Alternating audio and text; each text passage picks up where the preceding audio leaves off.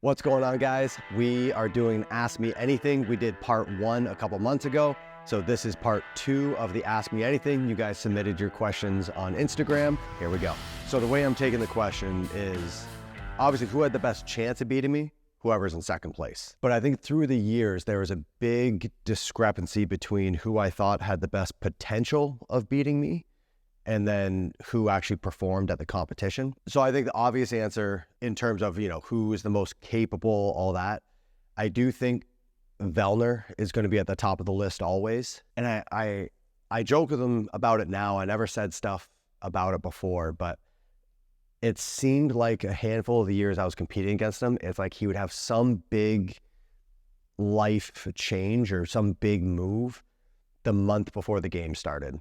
So I remember, like, if he was moving, he would be doing like a 30-hour road trip, like 3-day road trip in a U-Haul, like a month before the games. The amount of times he would pick up like a silly injury, like break a toe the month before the games. It seemed like it was just like an every year thing. So, I always saw that and was just like, damn, if Pat just stayed put for the month before the games. So, he was always a big threat on my radar. The one that jumps to mind, the one that I know off the top of my head that every year going into the games, he was at the top of my mind, was Adrian Moonweiler. On paper, you look at his stats or his PRs, his body type, all that type of stuff. I was always waiting for him to, put it all together. Who knows what the reasons were that it never came together as well as I think it should have or could have for him. But I think Moonweiler was one of the best, or had the capability of being one of the best. Cody Anderson, I think he was one that got slept on, and I think people didn't give him as much credit early on because he was one of the smaller athletes, very gymnastics biased when he first started out. And I think that reputation followed him, but that wasn't the case whatsoever. I remember there was a period of time where he took time off of CrossFit and just focused on his weightlifting. And he was putting up numbers that contended with the best of them. And like he transformed his body, like check my facts, but I think his body weight got up over 180. So he wasn't like a little guy anymore. He's within a couple pounds of some of the heavy hitters, and he was moving big weight. And I remember seeing that and being like, oh no. Now you have a guy that's on the lighter side of body weight. He can move weight. He's not winning the 1-rep maxes, but everything else, he's trading blows with all the top names. And he still has that gymnastics background. I remember seeing that and being like, oh, damn, like he could be a very, very dangerous, serious threat quickly. I remember Alex Anderson, very unfortunate. He just dealt with a handful of injuries, but he was one that when I trained with him, I always looked forward to it because I knew, like, when we're face to face, he's going to be one of the best competitors that there is. Super athletic. I think the whole Anderson family. I think there was 4 of the 5 brothers snatched 315 or snatched over 300. He could run like hell. It's just all around good athlete, and then good proportions on top of it. Super aggressive mindset. Yeah, so Alex Anderson, he was one, but his career got chopped a little bit short with a back injury. I remember seeing some performances out of Adler that early on that I was like, okay, this kid's got... at the time, his performances weren't as well-rounded, but I mean, as you can see now, it's like he got well-rounded and then he won. So, but yeah, I remember having my eye on Adler. I mean, everyone else that I'm thinking of, it's like they did produce, like, they have podiumed at the game. So, I'm going through a list of like the Noah Olsons, the BKGs, the Brent Fikowskis, like they have a ton of potential. They've used a ton of their potential. I'm trying to think of names that are kind of like less known, or maybe they haven't podiumed at the games, that I always looked at them as like, if they hit the podium at the games, I wouldn't have been surprised. Like Ben Smith is another one that, I always looked at him as a very serious threat, a very good, he has a tremendous head on his shoulders. He's very well-rounded. He probably knows the game. He has more experience than just about anyone, but also he's won the games, he's podiumed, stuff like that. So Will Morad, That's probably one of the ones that, it just seems like he always came up with an injury or something, but he was another one kind of on the same wavelength for me as Adrian Moonweiler. Yeah, so I'd say Will Moore, I'd wrap it out. The obvious thing that kind of followed me through my career was hearing people, say like, oh, Matt's a weightlifter, so, a running event isn't going to be good for him. I think that one followed me around longer than it should have. That was the case in my first year, maybe 2 years. But then I felt very quickly after that my conditioning was on par, if not better than my weightlifting. The one thing I was okay with was hearing people saying that I made a mistake when I know it wasn't a mistake, or maybe that like I didn't think through workouts, that they weren't calculated, that they weren't stuff like that. There are some competitors that are very vocal about, I've calculated out my split times, I've calculated this. And so people were like, oh, they're prepared. And so I think I had a bit of a conception that I just relied exclusively on my fitness. But also when I heard those criticisms, I kind of liked them. They're a little bit frustrating that I was like, I don't feel like I'm getting credit, or maybe I'm getting criticized and made to look like I make foolish mistakes when it wasn't rightfully so. But at the same time, the story of the kid between a nickel and a dime, have you ever heard that story? Every day, he gets picked on because he's so dumb, and they could hold out a dime and a nickel and say, take one. And he takes the nickel every time, and everyone laughs at how dumb he is. And the kid's dad's like, hey, the dime's worth more, right? And he's like, yeah, but if I take the dime, then they'll stop giving me the nickels. And so I always kind of took that mentality with it. Is it a big misconception? Absolutely not. But it was things like that I would hear them, and I would just kind of laugh to myself. And I'm like, I'm not going to correct you, because if I correct you, then I'm correcting the entire field. And so I just let things like that. I'm like, no, let them think that I made a mistake. Let them think that I did it wrong. Let them think that I got lucky. Keep going. I won't name names, but I mean, it was just like, it was a mass start swim, all the men and women in there at once. And yeah, I mean, it gets ruthless. People are grabbing. And it's like, a lot of times too, it's like, it's unintentional. Like when your hand's coming over, a lot of times as soon as you connect with something, you just naturally tense up. So it seems like a punch was coming through. Yeah, I'm not going to name names. I've gone this long without saying it. Well, that's a good question. A bit of an interesting story. So I remember the first time. So like when I first started out in the space, it would be just winging it. Take the day off before the competition and then compete, Through the beginning part of me competing at the games, I worked with Bergeron, especially right before a competition. That's when we would start working more and more closely, as like the weeks leading in. And it would just be like, here's your training for the day. And I would just kind of be mindless about it and go about my training. Then I remember it was the first year that I wasn't being coached by him. And I think it was the semifinals when I was competing down in Tennessee. And I remember calling him up like 2 or 3 weeks before the competition. And I was just like, hey, this is an odd question, but I've never tapered myself for a competition. What do I do? And, like, he was just being helpful. I was like, yep, like, here's how we did it all those years. The way he broke it down was so simple. And it was kind of one of those things I was just like, oh, duh. And he's like, just work backwards from day one of competition. What are you doing the first day out of competition, the second day out? I know that I don't perform at my best the day after a rest day. I would always take rest days, but I always knew that Tuesday coming back into the gym, I was going to be a little bit slower, a little bit sluggish. I'm sure my performances were pretty on par, but it was more just I didn't feel like I had that snap in my step. One day out from competition, I would work out. It would be something like a 15 to 20 minute EMOM, and then some like 60% lift. So I'm looking just to break a mild sweat, breathe a little bit heavy. But that's where it ends. No muscular fatigue, never going to failure, never max effort, just kind of keeping that rust off. And 2 days out was a rest day. And then after that, it was basically like 1 hour in the gym. No heavy lifts, no maxing out, no going to failure, no max effort, anything, but a hard effort, but very, very short training sessions, probably 90 minutes in and out of the gym. And of that 90 minutes, probably 45 to an hour was actually spent training and I count that as like, if I'm doing a lifting session, the 2 minutes in between that counts towards your training time. Entire week before the competition was like 1 hour of training, and then probably from 2 weeks out to 1 week out, there were still bigger training sessions, like 2.5 hours ish. That's not including body work and warm up and cool down, all that stuff, but single sessions.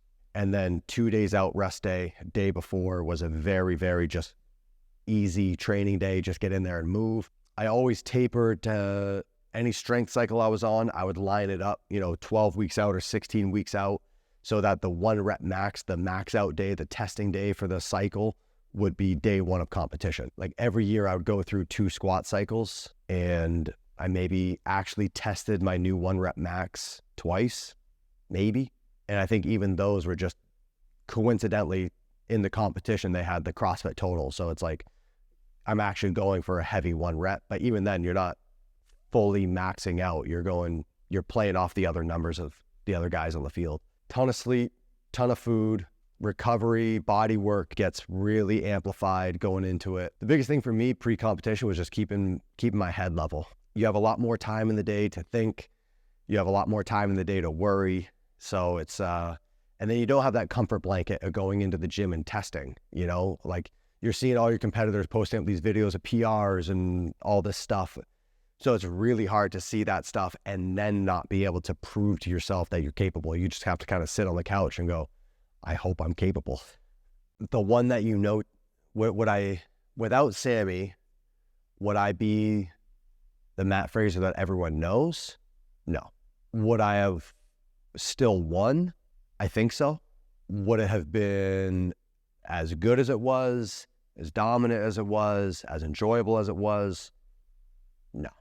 You factor in what O'Keefe did for me and what Sammy did for me, it was definitely an advantage.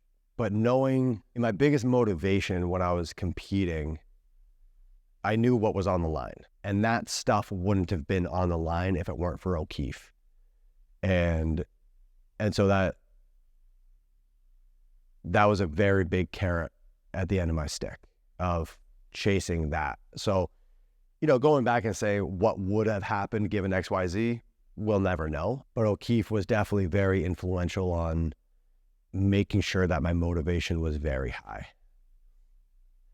And then Sammy made everything outside the gym much more possible. So, say I had to take care of everything she took care of, it definitely would have taken time away from what I was doing, or, my nutrition wouldn't have been as good. I mean, it wouldn't have been remotely as good.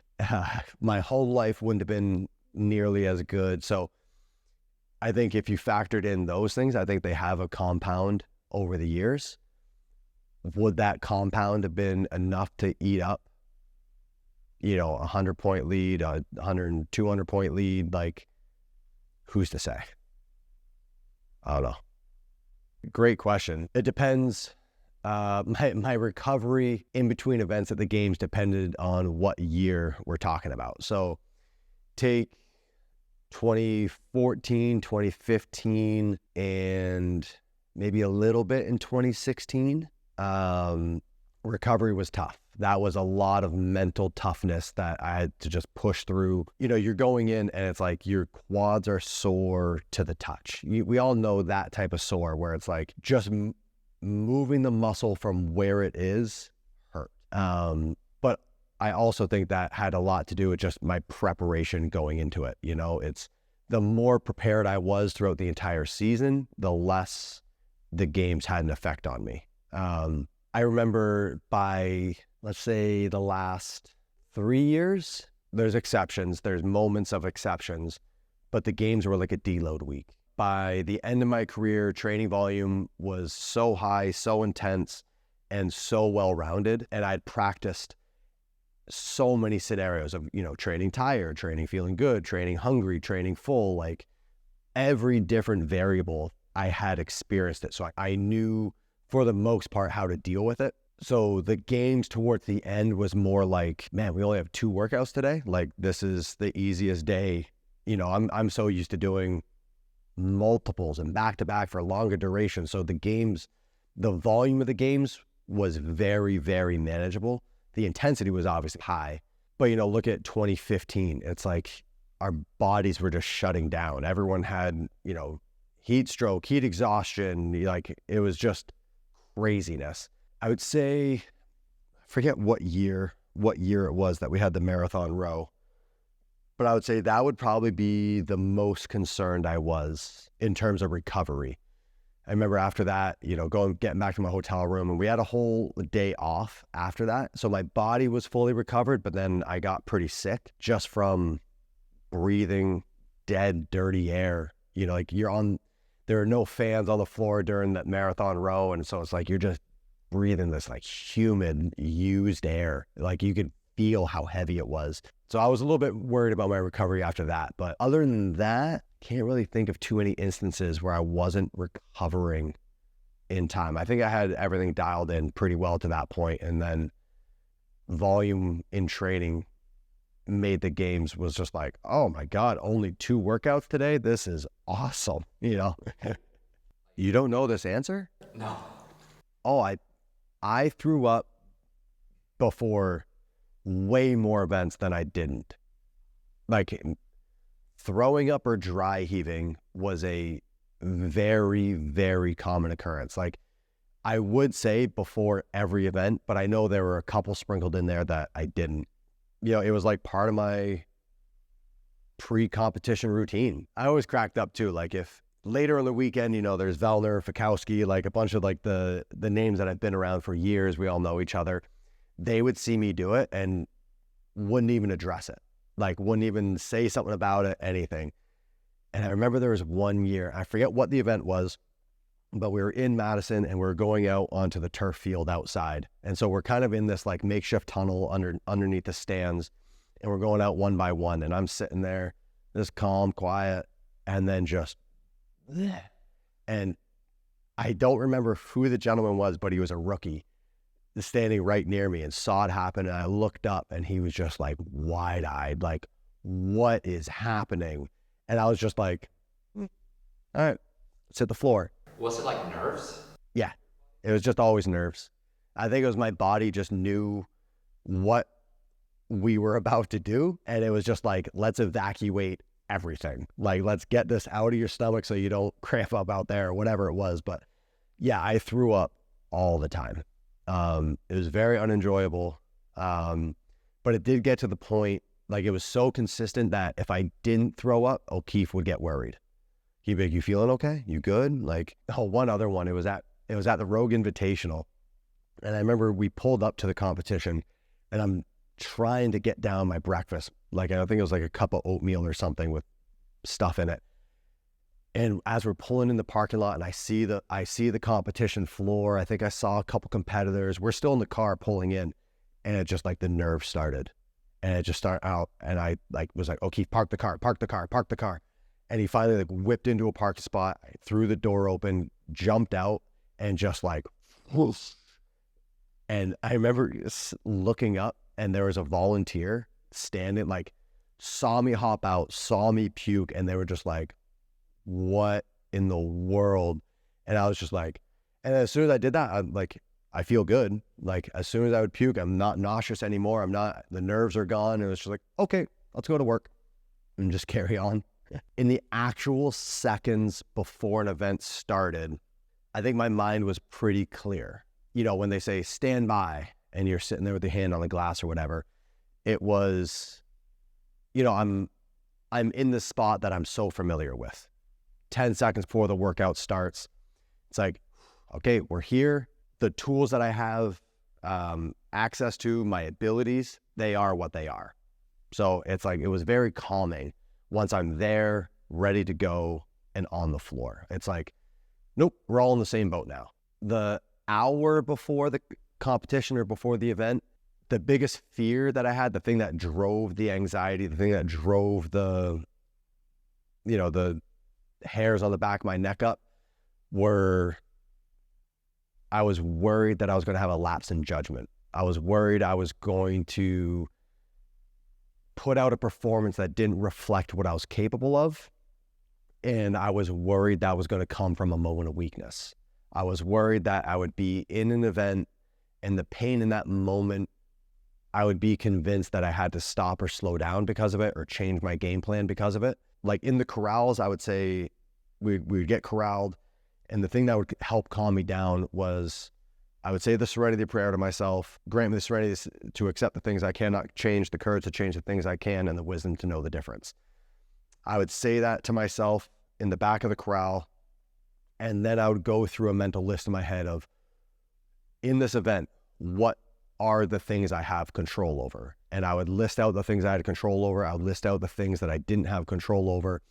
And then I would just make the decision, okay, everything in this column, I'm not even going to give it a second thought. I have no control over it, so just ignore it. And 9 times out of 10, the things I did have control over were my effort. That was it. And so that's what I would focus on before going on the floor is, okay, this is going to hurt. This is going to be very challenging, but you're going to be okay. So whether I give my best effort or not, I'm likely going to feel the same type of physical pain, physical discomfort, the same challenges. But with one of them, I'm going to be proud of myself at the finish line. The other one, I'm going to kind of be like, damn it, I could have gone faster. I should have gone faster. I think I'm much more mentally capable than I am physically. I think I've proven that to myself time and time again. I mean, percentage-wise, oh God, I don't know. I've worked out until failure. I've never hit mental failure.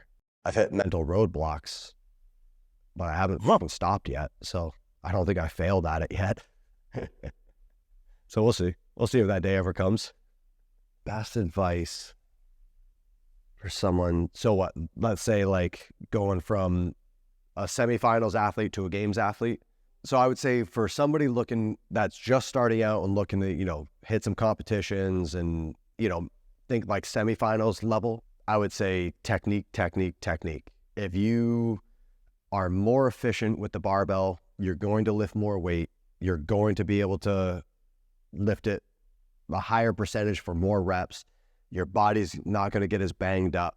It's going to translate. Like if you learn how to use your hips to lift a barbell over your head, it's that same hip movement that's going to help you do ring muscle ups. So I think going from that stage, from beginner to intermediate, I think it's heavily technique based. Going the next step, I'd say from semifinals to games athlete, and this is coming from my own personal experience of what I saw was what took me from a podium finisher to winning, and winning by a lot, was everything outside the gym. I remember Bergeron saying this to me early on, and I didn't understand, or I didn't get the meaning of it when he first said it. You're not special. What you're doing in the gym isn't special. Everyone's doing rowing intervals. Everyone's squatting heavy, and very true. Like, it's what are you doing outside the gym? It's how are you sleeping? How are you eating? How is your body work? Like, how are you in those times in between your training sessions? And so I think going from a semifinals athlete or even like a mid-level games athlete to winning, it's not a part-time gig. It is a full-time, like 24 hours a day. There's some aspect of every hour of the day that is tailored towards your performance. I used to see that of some of the top people, and I would see them at the beach on their off day. And it's like, great. I'm not saying you shouldn't go to the beach, but also it's like, that's extra day on your feet. It's a day of not doing body work.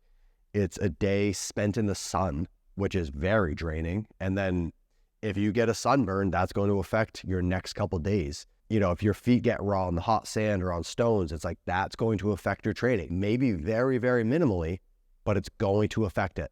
And so I think it's more of that awareness. It's looking at the little details because yes, the little details don't always matter, but it's like they have the potential to be very drastic. It's that mindset.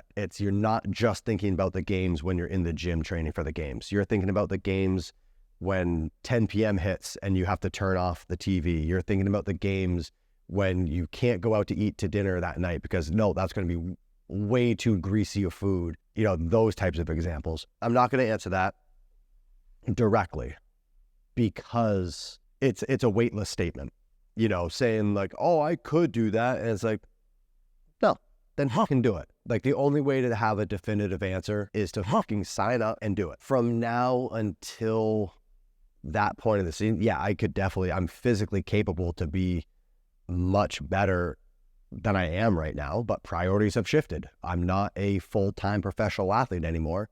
So why would I spend full-time training? No, it's like, no. If your dad is a CPA and he retires, if he showed up to work on Monday into the office, everyone would be like, what are you doing here? You retired. You know, that's the mentality I have with it. I'm like, no, it's not my top priority. So it's not where I'm putting my time and effort. Another thing on top of this too, after my knee surgery, that completely changed it for me. And at this point, I am grateful that I had this. Now that I'm on the other side of it, my knee is recovered. I am grateful that happened because it forced the transition. Before I was still the same physical capabilities that I was when I retired. So there was always the question of like, yeah, I could start training again. I know I still have the residual fitness, but then when the knee happened, that completely flipped the script of my knee is good. I can train on it. It's pain-free for the most part, but it's not what it was. So that in itself, I'm like, nope, I'm not training to win the games. Even if my knee held up, there's still going to be that thing in the back of my head of like, what if it happens again? There's going to be that added mental stress on it of questioning. So that uncertainty, I think, would drive a lot of different feelings. I think, could I be competitive in some competitions? Yeah, sure. I still got that grit. I can still pull a rower. I can still squat. So, and I'm still efficient with the barbell and the movement. So I think I would hold my own. But I mean, if I had to jump back into the volume and intensity that I used to do, yeah, I'm not going to the games again. That's an easy answer. So if it weren't for CrossFit, what would I have done? Who knows? That's kind of funny. You know, I remember hearing a lot, people like, oh, you're so lucky you found CrossFit. And I was like, well, who knows? Like, who knows if it was lucky? Maybe if I didn't find CrossFit, you know, I could have started some startup company, and who knows, maybe CrossFit compared to that would have been the gutters, you know, probably not. Who knows? Maybe I would have created the patent that I sold for $1 billion. Like, who knows? But the original plan, the year before I found CrossFit, I was working out in Alberta in the oil fields, and we were just spraying. You know, you'd get a list of, 100 wellheads that they needed the vegetation removed around the wellhead, you know, whether it's for easier access or safety for like fire prevention, stuff like that. Like if there's no vegetation around the wellhead, the fire can never reach it. So that's what we did. You know, you drive a 5,500 truck with 2 giant tanks on the back. You'd mix your chemicals out of the site, start your motor. You had a 300-foot hose, and you just walk around spraying. You put blue dye in the tank so you could paint the field blue, so you knew where you sprayed. I think it was my dad's cousin that was out there, and her and her husband both worked as engineers in the oil fields their entire lives. At this point, they were retired and they were just doing some consulting work. And I watched her. She was leaving for a job, and the road going up to Fort McMurray is known as one of the most dangerous highways. And so her deal was, I don't drive that road anymore. And so the helicopter landed on the golf green in front of their place. She runs out, gets in, goes to work. And I was just like, damn, that's sick. But also I loved the work atmosphere. I loved, working outside. Every day is a different project. I liked the mentality of the other people that were there. And I like, if I'm working, I want to work.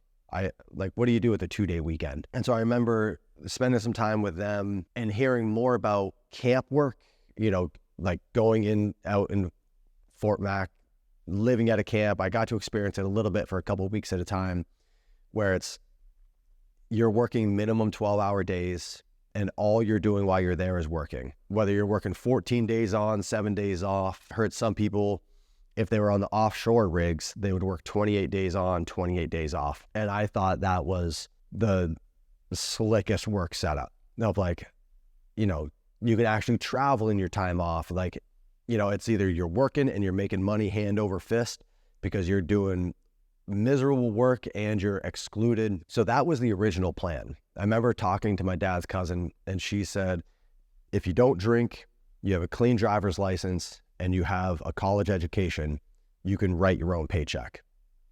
And I just went, okay, well, I already don't drink. I have a clean driving record. I was like, let me go home. I'll get the college degree and then I'll be right back. And so I, you know, went to school for engineering, and that was the intent. I wanted to go, you know, whether it was an offshore oil, well, offshore was the top of the list of like, if you don't have a wife or kids, go work on the offshore rigs. Fucking everything. 2 days ago, I went to a zoo with Eddie. You know, we had a day to kill in Sydney and just went to, it wasn't even like a big zoo. It was just like the one in Sydney.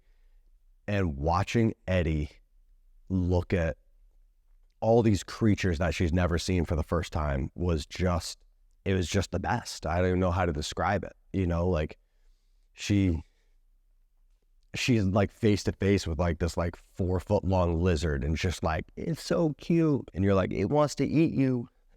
Going for a walk with Eddie. Oh, just melts your heart. Trampoline. Dude, that girl loves a good trampoline session. You know, it's just so much fun just seeing her like progress into like, you know, even being able to walk across the trampoline if I'm on it. You know, it gets to a pretty aggressive slope to now like she's trying to like bounce a little bit or like stuff like that. It's the little things. Like you don't realize that you're like, oh yeah, this is a pretty cool thing, but I've seen it 1,000,001 times. So it's like when she's looking at it for the first time or discovering it for the first time, it's like you're right back to being a kid again. And you're like, oh yeah, that was super cool the first time I saw it. Oh man, I just love family time. I love it. When we're all in the house or we're all going for a walk or we're all doing something together, it's like, I think that's super special. So not a totally correct answer. I think there's a lot of things that I've touched, but it's just where I'm at in life. You know, I don't have the time to dedicate towards it. So the one that I touched and I was just like, this just isn't for me right now was playing an instrument. You know, I played the drums when I was younger, but the idea of whipping out a harmonica around a bonfire and just like ripping some chords, that seems awesome. So, you know, learning a musical instrument, the one that I haven't touched that I'm really curious and I'm excited for when the opportunity comes up is painting. I've never been artistic. I've never felt like I was creative in that way, but I would love to try my hand in that or have enough time to dedicate towards it where I can like make multiple attempts, not just like the first time painting looks like shit and I'm like, oh, I'm no good. I would love to have the time to dedicate towards being more artistic, some form of driving, like skilled driving on a track. I think that would be super cool. Flying has always seemed very cool, but I am pursuing that now. At some point, I do want to go back to school. I don't know what for. I don't know when. It's the corniest thing I'll say. I love learning. I love not knowing what the fuck you're looking at and then sitting down and just like, you're like, I don't know where to study. I don't know how to study. I don't know. And so you just start somewhere. And then it's like, sure enough, the pieces will start clicking and coming together. And it's like, I don't know if there's a more gratifying feeling than that. I actually haven't had any plans for tattoos. I've had no desire to get any more tattoos until I went to Australia. I would say that is a very heavily tattooed community and their tattoos look sick. So that was actually the first time in probably like a handful of years that I've even had the desire to get another tattoo. I don't know what it would be yet. Don't know where, what, how big, how small, anything, but the thought is now back in my mind. I don't think there was one single thing. You know, it was a summation of a handful of things that were the motivation to retiring. You know, it's like when desire for all the things I was putting on hold grew bigger than the desire to win another one. I put off having kids. I put off starting a business. I put off moving to where I wanted to live, all these things because I was competing. So, there was all those that were a contributor. I knew exactly what was in store for me if I had competed and if I had won again. I knew all my contracts were set. I knew what the prize purse was. I knew what my bonuses were. Going from 0 to that, huge difference. And then winning it a second time, you just doubled everything. But then there's diminishing returns. So if the next time you do it, now you're only increasing 50%. The next time you do it, it's even less and less and less. But once I realized there was a ceiling on what I was doing at the time, when the incentives of winning no longer changed my lifestyle, that was a big thing. That to me was like, okay, I'm good. Do you ever see yourself during a workout? No. I thank you for adding in the part of during a workout. Had you not broken your back, do you think you would have continued with weightlifting? Yes. And just for clarification, I broke my back. I made a full recovery in weightlifting, competed for a whole nother year. But I think if I didn't break my back, I would have continued on for longer. Yes. High rocks in the future? Most likely. I said high rocks, as in like the event. The event. Yeah. Oh, so okay. Yeah. So I understood the question. Yeah. I'm like, I wasn't expecting. You're like, oh no, you misheard me. High rocks. It's a sporting event. Yeah, most likely. If I do train for it at all, it would be casual. One point in your career that you realized you were unbeatable. 2016. If you had to choose one person for the aliens to interview and learn from, who would it be? Joe Rogan. Favorite thing about Jake Marconi? I think he's just always down for a good time. Favorite breakfast ever? This little shack on the Gold Coast of Australia. It was like eggs, spinach, feta, tomatoes, coffee, sausage, bacon. It was a pretty bang up Australian breakfast. Whose physique are you jealous? Physique. So many. I mean, fucking half of the Australian dudes that I just watched compete. I mean, you see somebody like Jake Douglas or Royce Dunn, and you're like, oh my God, like, how are you human? One movement for the rest of your life? Back squatting. What is a non-negotiable for your day? Coffee. What scared you the most about the games? That there were no rules. Anything was allowed, there's no rules. Like, there's nothing saying that clean slate going to the final, last workout takes all. Like there was no limit on weights, reps, anything. It's not the fear of the unknown. It's that the unknowable is going to be unsafe. And it's like, no competitor is going to say no. No competitor is going to back down. So it was just kind of like, hope this works out. All right, guys, that's it for part 2 of the Ask Me Anything. I absolutely love doing these things, so there might be a part 3. Drop your questions down below. We'll hit them next time.